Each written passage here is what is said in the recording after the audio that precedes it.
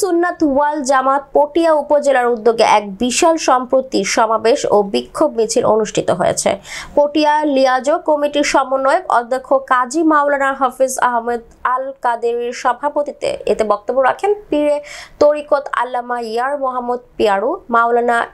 M Moinuddin Chowdhury Halim, মাওলানা কাজী সোলাইমান চৌধুরী, অধ্যক্ষ M Ibrahim Akhtari, M A রহিম, আবু সালেহে, অধ্যাপক শহীদুল্লাহ সাদা ও মাওলানা কুতুবউদ্দিন,